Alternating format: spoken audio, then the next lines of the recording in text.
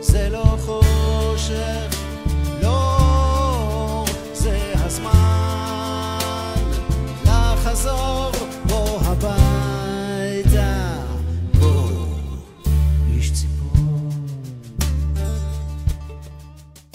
תודה שבאת, איזה כיף, כבוד גדול, גם זה אתה המרואיין הראשון. כבוד אז שלי. זה ככה, אנחנו מתחילים את הפרויקט הזה, קצת על הפרויקט. אז אני תומר אלרועי, בוגר מחזור אוגוסט 17 של העורב. התחלתי את הפרויקט הזה לפני כמה חודשים, רציתי ככה לחבר את הקהילה של הבוגרים, והחלטתי להקים ערוץ פודקאסט של העורב. זה בעצם ערוץ אינטימי משפחתי שלנו, שאנחנו בעצם מזמינים את הבוגרים, בוגרים שיש להם בדרך כלל סיפור מעניין, השראתי, פורץ דרך, והם יכולים ככה לספר את הסיפור לקהל הבוגרים, והוא מיועד גם בעצם לקהל הבוגרים, הוא נמצא בתוך המשפחה. אז החלטתי להביא אותך ככתב של ערוץ חדשות 13, וזהו, ספר לי קצת על עצמך. קודם כל, באמת תודה שהזמנת, וזכות שלי להיות פה.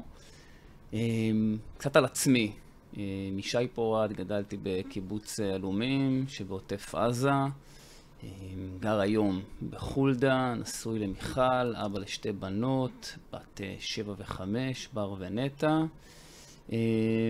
ובשנים האחרונות, כבר 10 שנים אני עיתונאי, וב5 שנים האחרונות בחדשות 13. מסקר את תחום השטחים, את הגזרה של יהודה ושומרון, וזה מה שאני עושה בחיים. זה תפקיד מאוד מאתגר, מעניין, ממלא, מעשיר, מרתק, יש מחיר, אבל אני סך הכל מאוד מרוצה, וגם אחריות גדולה להיות כתב בטח בתקופה הזו במדינת ישראל. לגמרי. אז בואו ניגע קצת בשירות בעורב בכל זאת. קצת איזה מחזור אתה? אז אני התגייסתי בקיץ 2005, מחזור אוגוסט 5, ימי ההתנתקות, ככה, זו הייתה התקופה אז. התגייסתי אחרי שעשיתי שנה אחת במכינה קדם צבאית. איפה? במעלה אפרים, בבקעת הירדן. והתגייסתי לשירות עם חברים מדהימים שהם חברים לכל החיים, וזה עד היום רץ איתך, זה באמת משפחה. אנחנו חברים באמת טובים, וזה נמשך באמת הרבה מאוד שנים. אתה רואה שמה שעשינו לפני 20 שנה הולך איתך עד היום. בשירות שלי היה גם דברים מאוד מעניינים, מאתגרים. ככה היה לנו גם את לבנון השנייה, תוך שנה מאז הצבא, שם היה התקלויות. ממש לפני שסיימתם מסלול? ממש לפני שסיימנו מסלול. עלינו צפונה, יחד עם כל היחסר, בעצם אז קראו לזה יחסר, עוד לפני הגדוד סיור. ועלינו כולנו ביחד, ונכנסנו פנימה. בהתחלה, כך קצת זמן עד שנכנסנו לתוך לבנון השנייה, לתוך המלחמה עצמה. ולאחר מכן ממש היה התקלויות בתוך המלחמה עצמה, כולל אותו לילה האחרון של סיום המלחמה, שכל צה"ל כמעט חיכה במנחת בצומת מגידו כדי להיכנס פנימה. אנחנו היינו המסוק האחרון שנחת, אחרינו נחת עוד אחד, והוא זה שלמעשה חטף את הטיל הישיר. אנחנו ראינו את הטיל פשוט מתקרב לעברנו, ואני זוכר את סטס ואותי, אחד מהצוות שלנו תופסים אחד בשני ומתכופפים. כשאנחנו מרימים את הראש, אנחנו פשוט רואים כדור אש ענק, מבינים שקרה פה משהו אחר לחלוטין. מבינים שכנראה אף אחד מתוך הצוות אוויר, גם הטייס, גם הצוות בפנים, כנראה לא ישרוד את הטיל הזה, וזה היה רק מראה אחד מתוך שירות מאוד משמעותי, שרובו היה בשטחים בעיקר, תחום שאגב, אותו אני חוזר אליו אחרי הרבה שנים אחר כך, ומסקר אותו. מזווית שונה. מזווית שונה. וזה היה ככה בשירות, שבעיקר אני חושב אם נתמקד רגע בשנתיים כמה זה היה? אני עשיתי 1 ו-11 חודשים, כי נפצעתי בדיוק לאחר מכן. בשנה ו-11 חודשים שאני עשיתי, אז בעצם השירות המשמעותי היה לבנון והשטחים. וואלה. אז אני רוצה שתספר לי, אם אתה יכול, על איזה סיפור משמעותי ככה, סיפור קצה מהשירות, משהו שאתה עד היום כזה. כן, אז הזכרתי עכשיו באמת שעשיתי 1 ו-11 חודשים. הסיבה היא בין היתר שנפצענו, היינו 4 חברי חוליה, שיצאו ביום 28 ביוני 2007 למבצע בקסבה, בשכם, מבצע שתכליתו מיגור ואיסוף כמה שיותר אמל"ח שנמצא בתוך מחנה הפליטים, בתוך הקסבה, סליחה, לא בתוך מחנה הפליטים. מבצע שהיה של הגצר או משהו? מבצע שבעצם המטרה שלו, כמו שאמרתי, היה איסוף אמל"ח, שמי שהיה אמון עליו זה היה גצר נחל וגצר צנחנים. כל אחד קיבל אזור, ואנחנו נכנסנו סביב 5 לפנות בוקר לתוך הקסבה, ואחרי משהו כמו 20 שניות, 30 שניות, כל המבצע השתנה. למעשה מפעים עלינו מטען מרחוק. היינו 4 חברי חוליה, איתי היה הראשון, לב היה השני, עמוס השלישי, ואני סוגר את הכוח. ולמעשה ברגע שהפעילו את המטען שהוא סלק מתחת למדרגה בכניסה לבית בתוך הקסבה, המטען מתפוצץ וארבעתנו עפים, כמו בסרט, פשוט פיצוץ חזק מאוד. כולנו עפים, איתי סופג את רוב המטען, איתי נפצע אנוש, באמת גיבור ישראל הבן אדם. איתי הוא המפקד הצוות, ואיתי נפצע מאוד מאוד קשה, לא נפרט שוב, זה משהו שלו, אבל באמת איכשהו התמודד עם הפציעה עצמה, לא ספק השראה גדולה. ואתה בשלב הזה מחוסר הכרה עם הכרה? אני בשלב הזה מוצא עצמי שוכב בתוך הקסבה, לא רואה כלום בכלל. אני זוכר 2 דברים מרכזיים. אור גדול מאוד מאוד חזק, מעין הבזק, ואז פיצוץ שמחריש אוזניים, ויותר מזה אני לא רואה כלום, היה פשוט ענן שחור, ואני זוכר את עצמי מנסה לקום ולא כך מצליח, ואז מנסה לזחול, ואז מזה אנדרנלין פתאום אני דופק ספרינט, ואיכשהו מצליח להגיע לרכב, ותוך כדי אני חושב רגע מה קורה עם השאר חברי החוליה שעדיין נמצאים שם, ואיך שאני בעצם רואה את הזאב, את אותו רכב ממוגן שממנו יצאנו, בעצם הם רואים אותי, הם פותחים לי את הדלת, כי הם בעצמם שמעו את הפיצוץ הגדול, הם מושכים אותי פנימה, אני כולי מדמם מחורר, מלא בדם, והם ישר אחד מטפל בי, וחלק כבר יוצאים החוצה, מבינים שצריך פה להתחיל לטפל בעוד 3 חברי חוליה שנמצאים כרגע עדיין שם. מתחיל פה בעצם מבצע פינוי, בעצם המאמץ העיקרי הוא לנסות להציל את איתי. לב ועמוס עוד היו בהכרה, גם איתי היה בהכרה, אבל ההבנה הייתה שאיתי פצוע מאוד קשה. וכולנו היום בחיים, באמת, תודה לאל, תודה לאותם חברי חוליה, תודה לצוות שלי שבעצם הציל את כולנו, לרופאים, לצוות הרפואי, וזה היה באמת אירוע מעצב חיים, אירוע שמשנה את החיים. יש את לפני 28 ביוני ויש את אחרי, המחשבה משתנה, הפרספקטיבה על החיים גם היא משתנה, ואתה מנסה לאט לאט להבין מיהו אותו ישי חדש שהיה עד גיל 21 חייל, לוחם, קיבוצניק מעוטף עזה, ואז יש את הפציעה. אתה מנסה ללמוד בעצם מחדש ללכת, תקופה של שיקום ארוכה, התחלה כיסא גלגלים, אחרי זה קביים, יש דברים שאתה מאבד באלף, אתה מאבד והם לא יחזרו, כמו למשל הרגל שלי, כף הרגל שלי, פציעה תוך בטנית שאיתה אני מתמודד, והרבה מאוד דברים שאתה צריך עכשיו להתחיל לחיות איתם. כשבעצם הייתי ספורטאי הרבה מאוד שנים, אפרופו אתלטיקה, אפרופו אולימפיאדה, אז הייתי מתחרה עד לפני הפציעה. בתחרות קצת ארוכות, אחרי זה ריצות קצרות, הייתי גם בתחרות בארצות הברית, וזה היה חלק מאוד גדול מהחיים שלי. אתה מבין שיותר זה לא יחזור, ואהבתי מאוד לטייל, אז אני מטייל, אבל הכל בעצם השתנה, ולומדים לחיות עם הפציעה. וואו. כמה זמן היה השיקום? שיקום היה חודש בתוך בית החולים, ולאחר מכן שיקום יום שכלל את ההתמודדות האמיתית. זאת אומרת, לצאת לחיים, עם כל המשמעות של זה, ונסות להביס את הפציעה. וואו. מה מבחינת הצוות? איך הצוות המשיך, לא המשיך?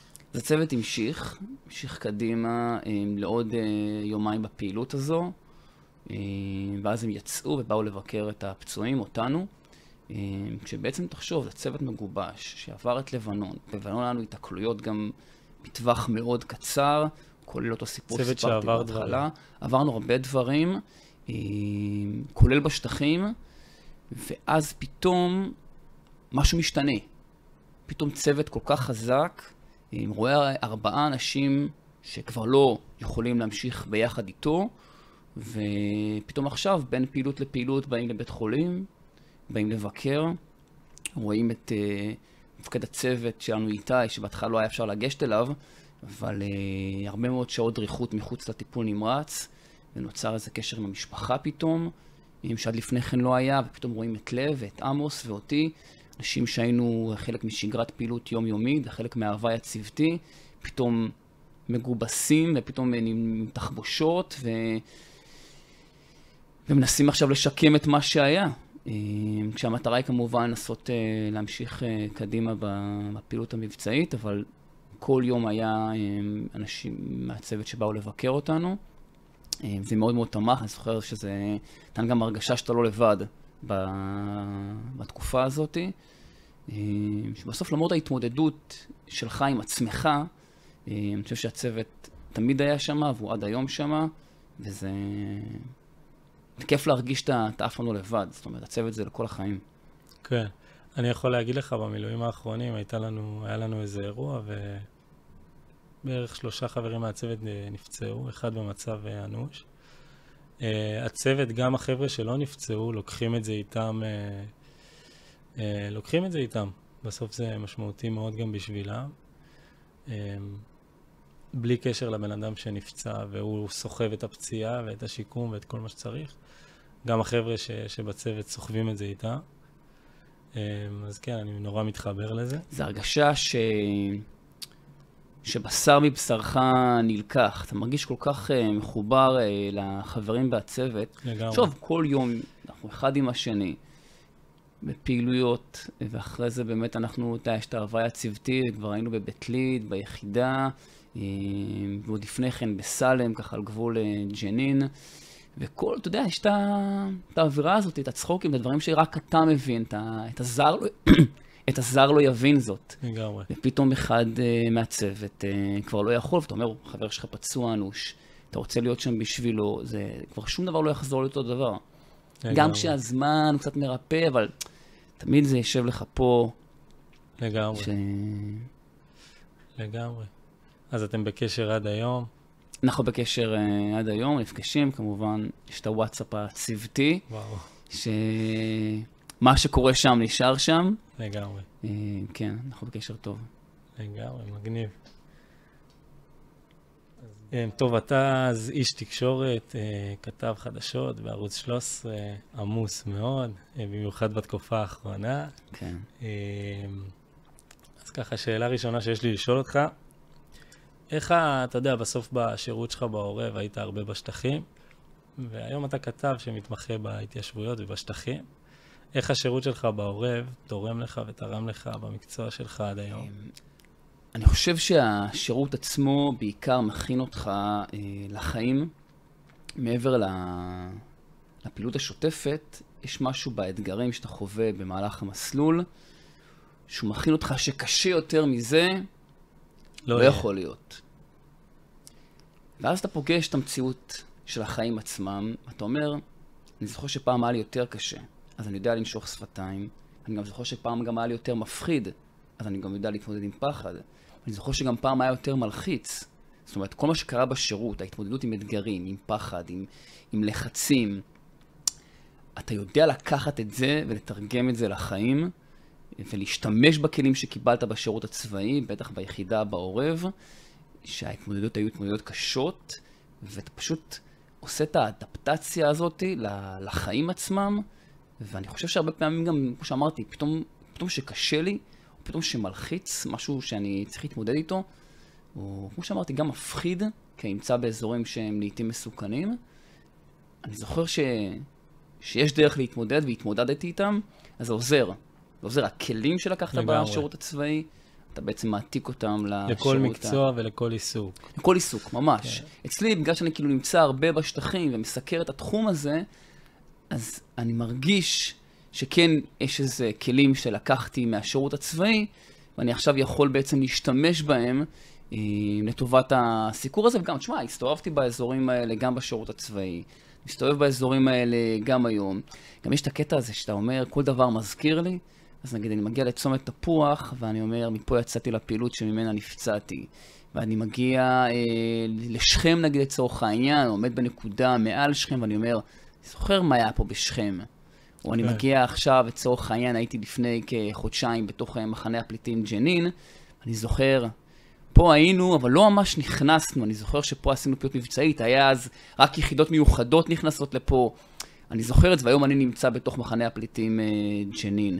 או טול כרם, למשל, אני זוכר איזו פעילות אחת, ממש בין הראשונות שהיינו בטול כרם, ופתאום אתה מוצא את עצמך אני מוצא את עצמי בתור כתב שטחים, נמצא בתוך מחנה הפליטים טול כרם, מלווה פעילות של צה"ל.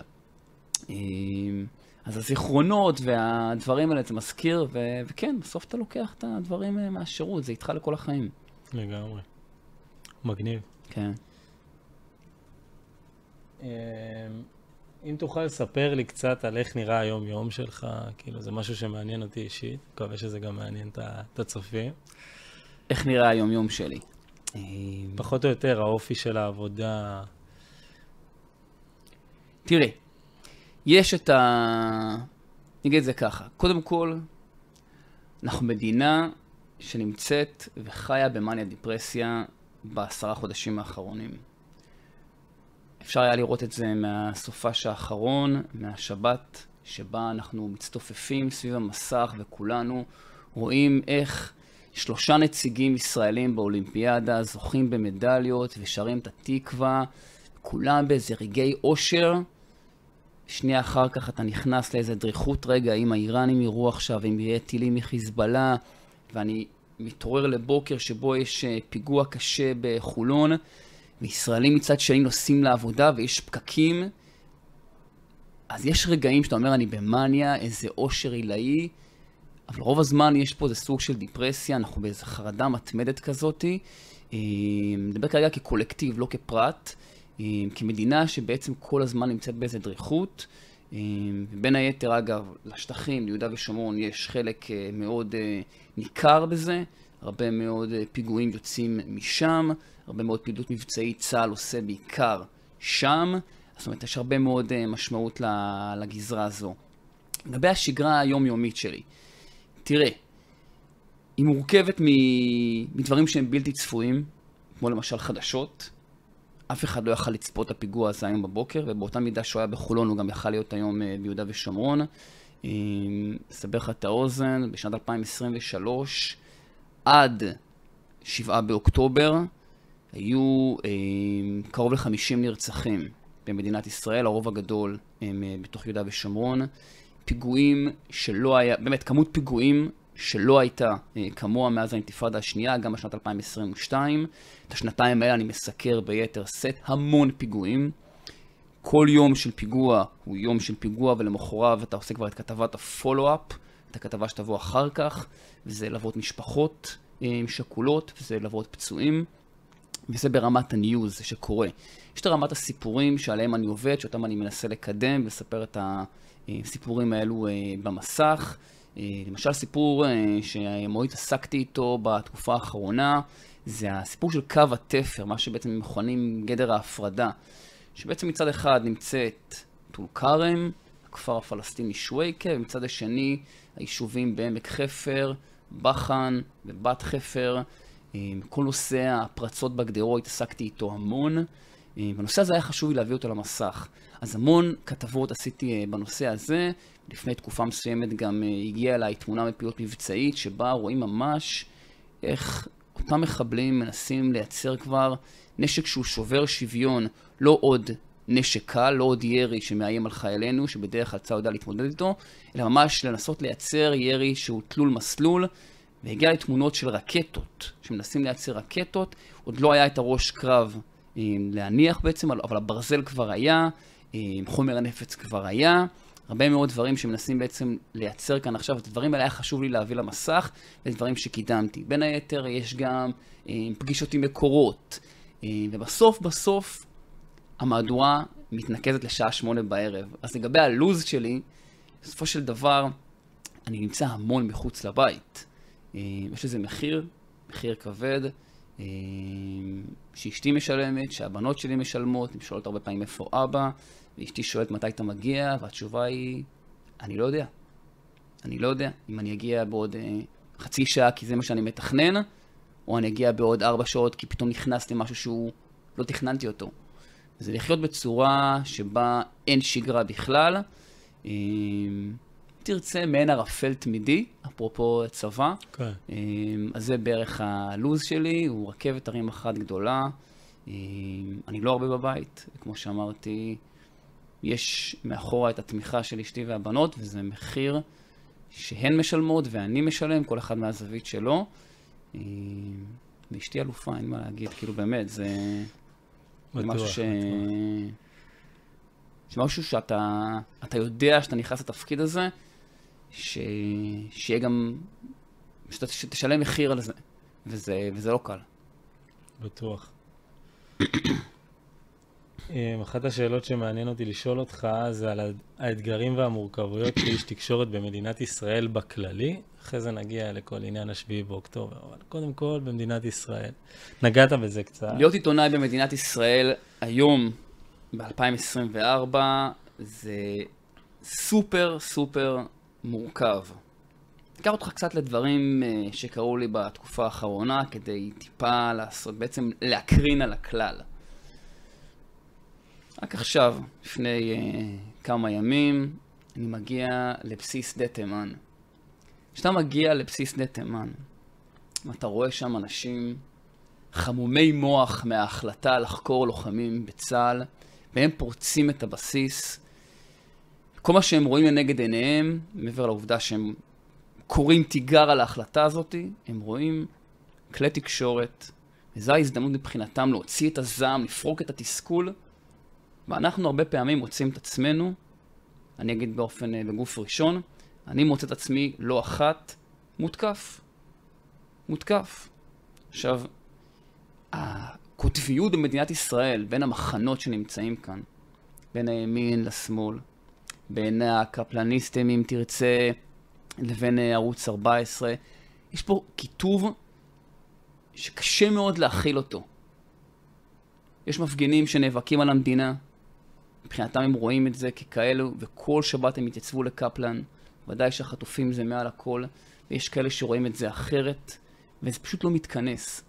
כולם עסוקים במעין קמפיין לשכנע אחד את השני, במקום להבין שיש מחלוקות.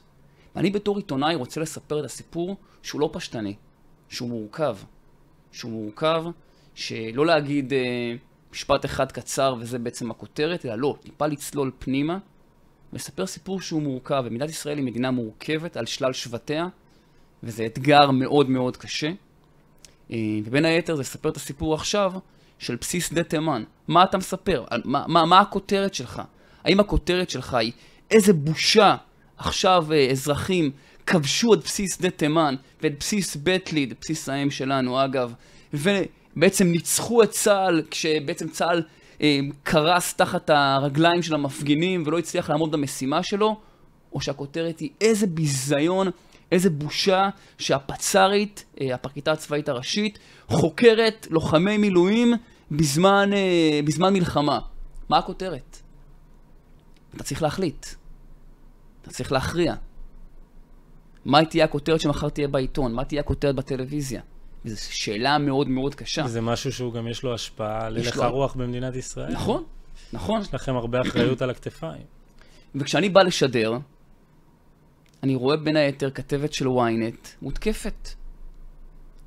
ו30 איש אחריה צועקים לה בוגדת, זונה, מילים איומות, ואני רואה את זה מרחוק ואני מנסה לרוץ לכיוונה, ואני מנסה, תגידו, אתם נורמלים?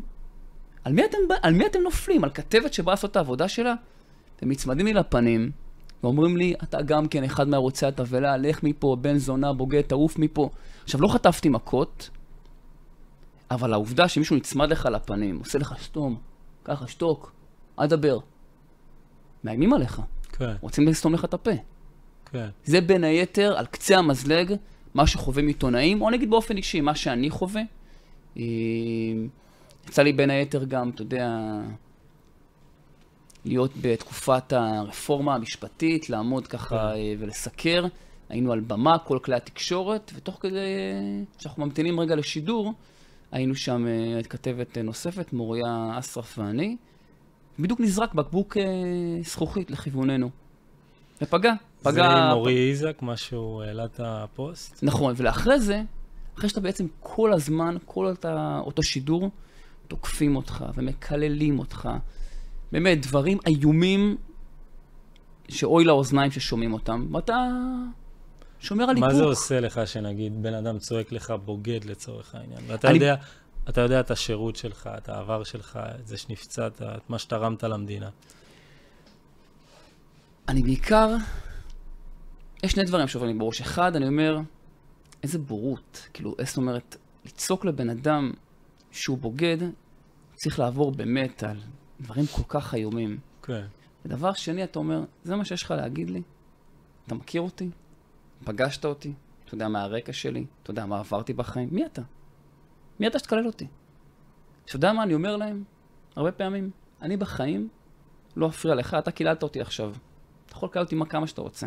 זה לא משפיע עליי, זה לא מפריע לי. אני בחיים לא אפריע לך באמצע העבודה, לא אפריע לך להגיד שום דבר שתרצה, אני אעמוד על זכותך להתבטא מתי שתרצה ואיך שתרצה, ואל תפריע לי.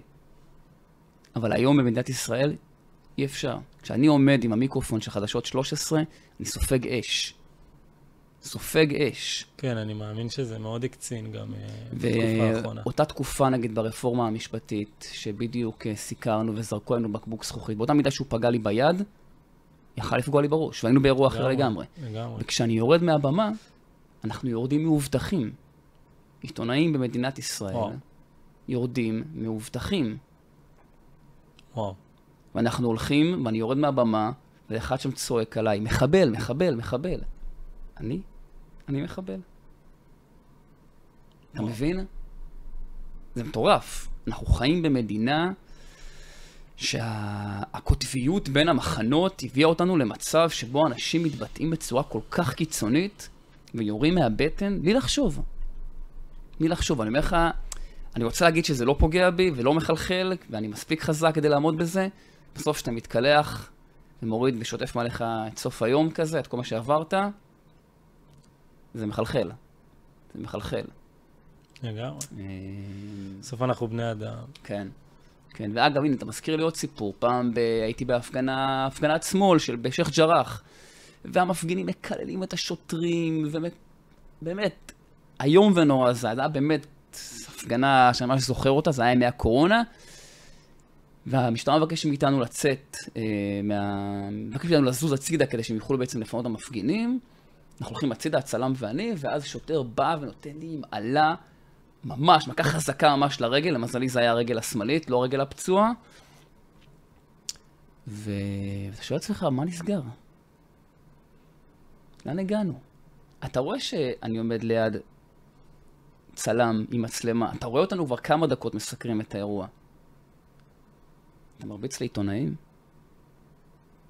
קיצור, תקופה כבר לא פשוט, לא פשוט. כן. אגב, שוב, זה קצה המזלג כזה, אתה יודע, אני נזרק להמון מקומות, דרך הדוגמה, אם יש לך זמן, מהסיקור שלי, מוצא את עצמי פעם אחת, היה התפרעויות בתוך חווארה, וקבוצה של תושבי מיצר ירדו עם, פשוט התחילו לפרק שם חנויות של פלסטינים, נתנו מכות שם לאיזה אחד שיצא מסופר, תמונות באמת שהאלימות מאוד מאוד קשה, ולמחרת אנחנו עושים בעצם לסקר את האירוע. אנחנו רוצים להביא את התמונה המלאה. אז אנחנו רוצים להגיע גם לכפר הפלסטיני, וגם לאותה התנחלות שממנה אנחנו חושבים שהם יצאו, זה היה באזור גבעת רונן. והצלם, נזי, שהוא מזרח ירושלמי, אנחנו נכנסים לתוך הכפר הפלסטיני לסיר השמליה, דגלי חמאס, דגלים של הג'יהאד האסלאמי, ואני מצטט בכאילו הצלם שומר עליי. אחרי זה הגענו לאותו מאחז כזה, ובדיוק אני שמרתי עליו. כאילו, הצדדים התחלפו. זאת אומרת, גם פה יש איזה משהו שאני ממש זוכר את הרגע הזה. יש סיכונים במקצוע להיות עיתונאי, בטח בשטחים. בטח בתקופה הזאת. ובטח בתקופה הזאת. מרתק, מסעיר, ואת זה אנחנו מנסים להביא למסך. עוד שאלה שמעניינת אותי, בסוף, אתה יודע, יש לנו אירוע שמלווה אותנו כבר עד היום, ואולי גם ימשיך ללוות אותנו לא מעט זמן. השביעי לעשירי. אני מאמין שהשביעי לעשירי כן משפיע על התקשורת בישראל. רציתי לשאול אותך על זה. אני אחלק את זה רגע לתחילת המלחמה וכמה חודשים אחר כך. התקשורת עצמה, קודם כל מדינת ישראל, זה כבר לא תהיה אותה מדינה בעיניי, לפני ואחרי, לא ברמת הדרמה. פשוט לא חווינו אירוע כזה גדול מעולם, אירוע שבו יש לנו כזו כמות גדולה של נרצחים, של חיילים הרוגים, של חטופים, ועכשיו התקשורת צריכה להתמודד עם אירוע שכמותו לא היה, כמדינה וכתקשורת. בהתחלה, התקשורת הייתה מאוד מגויסת, באופן די טבעי. אנחנו ישראלים לפני הכל, אנחנו רוצים שצה"ל ינצח, אנחנו רוצים להביס את האויב, ולטובת השירות הזה אנחנו מתגייסים. בהמשך פתאום הגיע יותר ההפגנות, המחאות, וגם הביקורת יותר צפה. כשהשאלה המרכזית שאולי אנחנו היינו צריכים לשאול את עצמנו, כשפתאום ביום בהיר אחד הופיע אותה מלחמה, אותו תאריך 7 באוקטובר, איפה גם אנחנו היינו? התקשורת.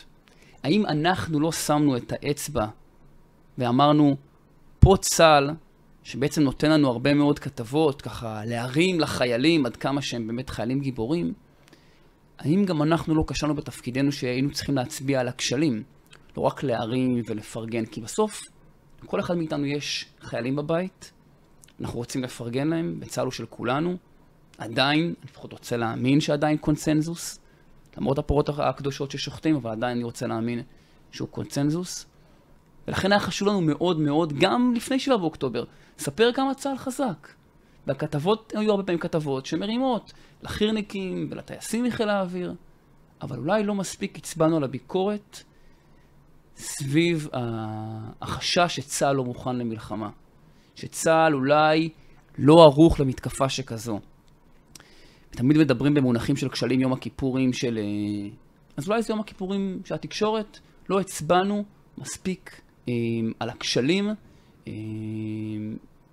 שעמדו, שצה"ל בעצם לא נערך אליהם מספיק. לא עמדנו מספיק, לא מספיק נתנו את הדעתנו, לא היינו מספיק ביקורתיים כלפי צה"ל, לא כי אנחנו לא אוהבים אותם, כי אנחנו עושים את תפקידנו כעיתונאים, כי אנחנו רוצים להצביע על מקומות שבהם אנחנו לא ערוכים כדי שצה"ל ישתפר. זאת אומרת, ביקורת בונה אם תרצה, ביקורת שנועדה לשפר. לא בהכרח אני לא אוהב את צה"ל אם אני מבקר אותו. אני חושב שפה במידה מסוימת, לא רוצה להגיד יום כיפורים, זו אמירה לא נכונה, אבל כן להגיד אולי לא עמדנו במשימתנו שהיינו צריכים להצביע יותר על הכשלים, ולכן אחד הדברים שעשיתי דבר ראשון בתור עיתונאי שמסקר את השטחים, זה לנסות לתרחש האם צה"ל מוכן לאותו סנריו שראינו מעזה, שפרצו לתוך עוטף עזה, לתוך הקיבוצים, לתוך הערים, סדרות, אופקים, האם צה"ל ערוך למתקפה שעכשיו ערביי השטחים יפרצו את הגדרות, יש מקומות שכבר פרוצים לגמרי, ישברו את החומה וידהרו פנימה עם אופנועים וטנדרים לתוך היישובי עמק חפר, נתניה, כפר סבא. האם מדינת ישראל ערוכה לזה? האם היא ערוכה לזה? היא לא ערוכה לזה. היא לא ערוכה לזה. היא תרגלה והיא תרחשה, ועדיין, אם עכשיו, אני שם לסבר לך את המספרים, 2.5 מיליון פלסטינים ביהודה ושומרון, על 500,000, קצת יותר מ-500,000 יהודים. כן. זו כמות מטורפת. ומדינת ישראל, להערכתי, לא ערוכה לתרחיש כזה. היא תרחשה אותו מספר פעמים בצה"ל, תרחשו אותו על שלל הגוונים, אבל תרחיש של סנריו מופרע שבהם פורצים, לא בטוח. לא בטוח. והיום אתה כן מרגיש שזה יושב לך באחורה של הראש? כל הזמן. כל הזמן. בגלל זה לקחתי גם לתשומת ליבי את הנושא סיקור הזה והתמקדתי בו. הנושא של הירי לעבר בת חפר, לעבר הפריצות של אותם, נקרא לזה שב"חים שמחפשים עבודה, אבל באותה מידה הוא יכול להיות גם מחבל. הייתי גם שאלמוג בוקר העלה איזו תמונה שרואים שב"חים מעלים סולם גבוה. נכון. לאחת החומות. נכון. וגם קישר את זה למאורעות ה-7 באוקטובר. נכון. אנחנו רואים יותר ויותר, אנחנו נמצאים גם בתקופה, אם תרצה אפשר להיכנס לזה, אבל הסוגיה הזאת של עבודת פלסטינים בישראל עבדו עד לפני 7 באוקטובר קרוב ל-120,000 פועלים בתוך תחומי הקו הירוק, עוד כ-40,000 בהתנחלויות. תחשוב, 120,000 ביום אחד מפסיקים לעבוד, כבר 10 חודשים הם לא עובדים. עכשיו, הקונספציה הישנה, מה סיפרה לנו? אמרנו, תהיה עבודה, יהיה שקט, יהיה להם מה להפסיד. יהיה שקט. סליחה, הקונספציה הישנה, מה היא סיפרה לנו?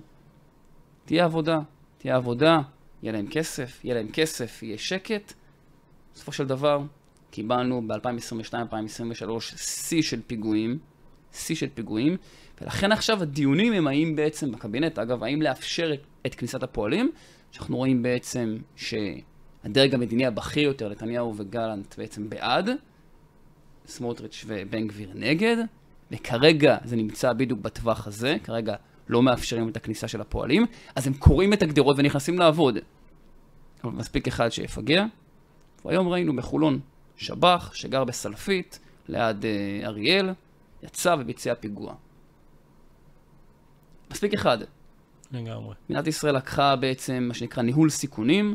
אני מאפשרת במידה מסוימת את הפריצה של הגדרות, כדי שהם יעבדו, כדי שטיפה יירגע הלחץ הכלכלי בשטחים, אבל למעשה מספיק אחד שבצע פיגוע, וראינו את זה הבוקר בחולון. כן. אז אתה אומר, לפני ה-7 באוקטובר, היום קמה לך איזה מין תחושה כזאת שאתה אומר, רגע, איפה אנחנו היינו כתקשורת, לא הצבענו אולי על הכשלים, על הדברים שלא עובדים טוב, לא נתנו לצה"ל ביקורת בונה. ב-7 באוקטובר אני רוצה לקחת אותך ליום המלחמה, ליום תחילת המלחמה, איך התקשורת התנהלה באירוע הזה? אספר את זה מהזווית שלי. אני קם בתוך אוהל בקיבוץ חולדה, היה יום חג של הקיבוץ,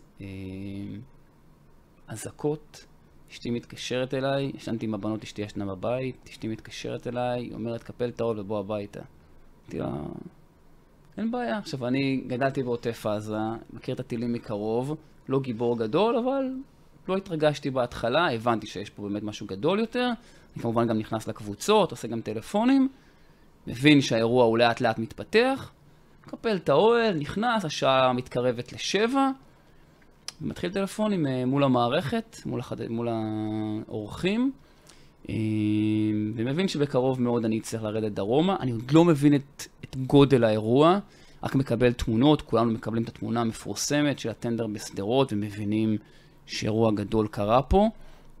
עוד לא מבינים מה קרה בניר עוז, בטח לא בבארי, לא בנחל עוז. ההורים שלך עדיין גרים בעלומים? ההורים שלי גרים בעלומים. עוד לא חשבתי בשלב הזה מה קורה איתם, אבל בשלב מסוים שהתמונות מתחילות לרוץ, פתאום עוברת לי מחשבה, אני תכף יורד דרומה, לאן אני יורד? ואני אקבל טלפון מהמערכת, סע כמה שיותר דרומה, תתחיל לרדת דרומה.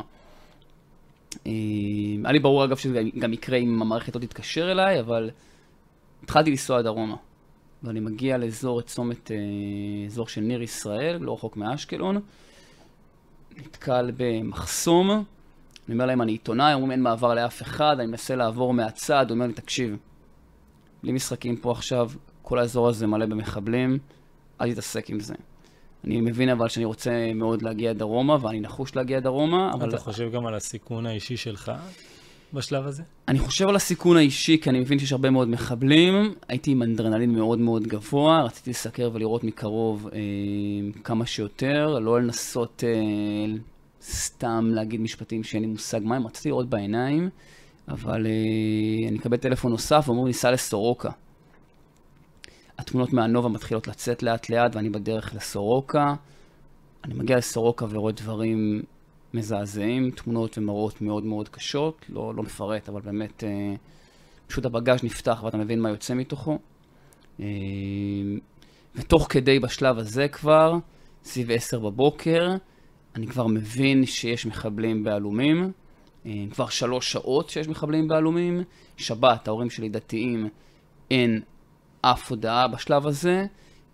אח שלי הגדול בהתחלה... עוד לא יצרת קשר איתם. עוד לא יצרתי קשר איתם. אח שלי הגדול מעדכן אותי עוד לפני כן שההורים שלי בסדר. אז טיפה נתן לי רגע איזה הנחה, הוא אמר לי בממד, אני בקשר איתם. לא רציתי לייצר איזה לחץ מסוים, גם הייתי סך הכל די קול בשלב הזה. ניסיתי גם מאוד מאוד לדבר לעצמי ולשמור שנייה על קור רוח, אבל פשוט צפות השעה 10 בבוקר, שאני גם בסורוקה, אני פתאום מבין שיש מחבלים ויש התקלויות בתוך הקיבוץ, וחברים שלי שבכיתת כוננות ממש נלחמים מולם. ועכשיו אני גם צריך להיות בכובע העיתונאי ולספר את הסיפור, וגם בכובע של בן העוטף, שחברים שלו נלחמים, וההורים שלו בממד, ויש מחבלים בקיבוץ.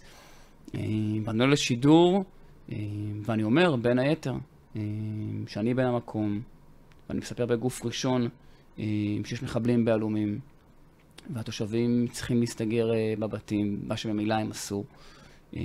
עוד לא הייתי, שוב, לא הייתי שם, אז רק ניסיתי להבין בין לבין, ואז מגיע עוד טלפון, ואני מבין שיש כבר פצועים שהם חברים שלי מהכיתת כוננות, ואז אני מקבל גם עוד הודעה מההורים שלי שהם בסדר, ומהאחים שלי שגם הם בסדר.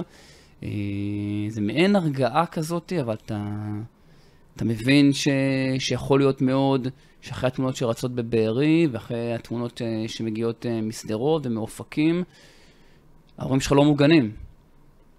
ואתה באינסטינקט אחד רוצה לנסוע עליהם, מצד שני אתה מבין שכל הצירים כרגע שורצים בהם מחבלים,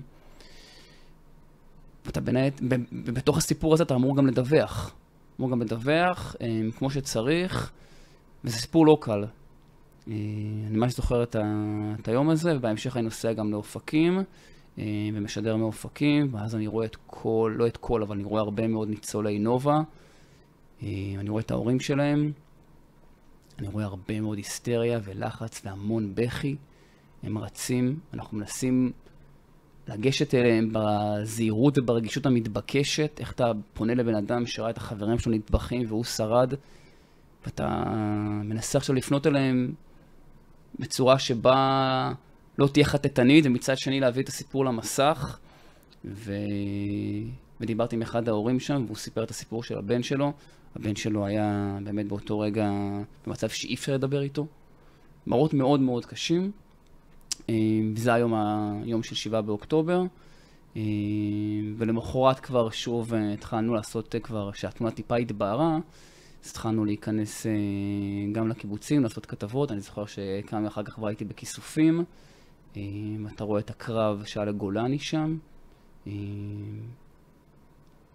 איתך לכל החיים. זה איתך לכל החיים. זה מראות קשים שאתה זוכר. ובעיקר, אתה רוצה כל הזמן להנציח את הסיפורים האלו שלא ישכחו. לא את סיפור החטופים, לא את זיכרון החללים, לא את המשפחות שהבנים שלהם נפצעו. כל הזמן להזכיר את זה. וזה התפקיד שלנו כתקשורת. זה תפקיד אולי בעיניי היום, לא רוצה להגיד הכי חשוב, כי הרבה מאוד דברים חשובים, אבל לא לשכוח. לא את החטופים, לא את החללים ואת המשפחות שלהם, ולא את הפצועים, שהשיקום פציעה שלהם הוא מעכשיו לכל החיים. לגמרי. סתם משהו מעניין, אני ב8 לאוקטובר קפצנו לקיבוצים, אז קפצנו לעלומים, היינו שם בחדר אוכל. האמת שכאילו הכיתת כוננות עבדה שם מטורף, ממה שהבנתי, אז לא היה שם יותר מדי חוץ מהתאילנדים, אם אני לא טועה. אז בעלומים נרצחו 22 תאילנדים, ונפצעו 4 חברי קיבוץ, 3 מהם מהכיתת כוננות. באמת עם כיתת כוננות של גיבורים. זה גם כיף לי להתגאות בהם, כי הם חברים שלי, אז כאילו כיף לי... אחרי עשיתי איתם כתבה. פגשתי אותם על חוף הים בנתניה, במקום שבו הם מפונים, ואת הרב שץ פגשתי בעלומים, אגב, זה אתגר. הם חברים שלי, אתה לא רוצה לפגוע בהם, אתה רוצה להוציא אותם הכי טובים, ולספר סיפור שהוא... של חברים שלך, זה לא קל, אבל זה פשוט זכות לדעת שלך יש את האפשרות כעיתונאי לספר את הסיפור עבור החברים שלך שהם הכי גיבורים שיש, באמת. ככה גם עשיתי בבארי, עם הכיתת כוננות של בארי, שגם הם גיבורים אמיתיים. וואו, כן. משהו מטורף. תבין, פה יש לך את הזכות באמת לספר את מה שהיה שם. זה רגעים גדולים בהיסטוריה של אומה, ואנחנו חיים בתקופה היסטורית, לי יש את הזכות הזאת לעמוד בה. ועם זאת, לגבי השאלה שלך, לא לשכוח, עדיין להציב את הביקורת שהיא נשמת אפה בין היתר של העיתונות, כדי להגיד איפה אנחנו יכולים לתקן. לא בתוך ביקורת שצה"ל עכשיו הוא לא בסדר כי ביקרנו אותו, לא. כי אם אנחנו לא נבקר ולא תעשה את התפקיד שלנו, אז אנחנו נכשלנו בו, ואנחנו צריכים להצביע על הכשלים, ויותר מזה, אני אגיד לך עוד משהו. הרבה פעמים שהיו רואים אותנו כל מיני... היינו באים לסיקור. היו אומרים לנו, למה אתם מורידים את רוח העם? למה אתם כל הזמן שליליים? והתשובה שלי תמיד הייתה, התפקיד שלנו לא להיות להקת מעודדות. אני חושב שגם דיברתי על זה עם הכתב הצבאי שלנו, עם אור אלר. התפקיד שלנו לא להיות להקת מעודדות. אנחנו רוצים להרים איפה שצריך, ולספר את סיפורי הגבורה, ולהמשיך לספר אותם כל הזמן. ועדיין, עם זאת, ראינו שלפני 7 באוקטובר לא מספיק הצבענו על הכשלים האלו. אז זה לא שבגללנו קרה 7 באוקטובר, אבל אנחנו צריכים ללמוד לקח מזה, וכן להצביע על הכשלים, כדי שמקרה כזה וסצנריו ותרחיש אימים שכזה לא יקרה שוב. אוקיי, עכשיו קצת מבט לעתיד. איך אתה רואה את המשך הקריירה שלך? מה יש עוד להשיג? וואו, תראה. אתה נוגע פה באיזה... בפצעים חשופים, כי מצב הערוץ שלנו, מי שקצת קורא בין היתר בתקשורת, זה ככה מופיע בעיתונות הכתובה יותר. המצב בערוץ הוא לא פשוט, אנחנו נמצאים בתקופה שבה יש מאבק. לא כל כך בא לי להיכנס עכשיו בפודקאסט הזה לתוכו, אבל בגדול אנחנו בעיקר רוצים בתוך המאבק הזה שהוא לא ייראה על המסך. כלומר, למרות שהמצב של הערוץ הוא לא טוב, חשוב לנו שהשידור עצמו לא ייפגע, ולכן אנחנו מנסים לעשות הכל הכי טוב שאפשר, גם במצבת כוח האדם שיש לנו. ואני חושב שאנחנו עושים את זה טוב, אבל כרגע העתיד, לפחות, אני רואה את עצמי בערוץ. חשוב לי כאילו מאוד להמשיך בערוץ, ואני רוצה להצליח בשורות הערוץ, אבל כמי שנפצע בשירות הקרבי שלו, בשירות הצבאי שלו, ואני זוכר שתכננתי למחרת הפעילות הזו לרדת להיות סמל מחלקה בבח. זה היה התפקיד זה היה התפקיד שהייתי אמור להיות מיועד אליו. ותכננתי איך אני אהיה סמל כזה וכזה, ואני אביא ציוד, וכבר אספתי ציוד, וקרה לי הרבה, ותכננתי איך אני אעשה את התפקיד הזה הכי טוב שאפשר. ואיתי, מפקד הצוות, היה אמור להתחיל תפקיד חדש גם. כל אחד תכנן את זה. בסוף אתה מתכנן ואלוהים צוחק. והקושי הכי גדול שלי מאז, בין היתר, לאחר הפציעה, זה הקושי לתכנן. ולכן אני מאוד מאוד נמנע מלתכנן את העתיד. וכרגע אני בערוץ. טוב לי, אני כן רואה את עצמי חלק ממנו לא תקופה, אבל קשה לי לתכנן את העתיד. מבין אותך. אבל זה... זאת עיתונאי זה שליחות, זה לא קל, בטח בתקופה הזאת. ואני רוצה עוד לקוות שיש לי עוד מה לתרום ולתת, ולעשות את זה הכי טוב שאני יכול. בטוח. טוב, אז תודה רבה, נהניתי להכיר אותך. תודה, תומר. לשוחח איתך. נתראה בפרקים הבאים, וזהו, תודה. תודה, אחי.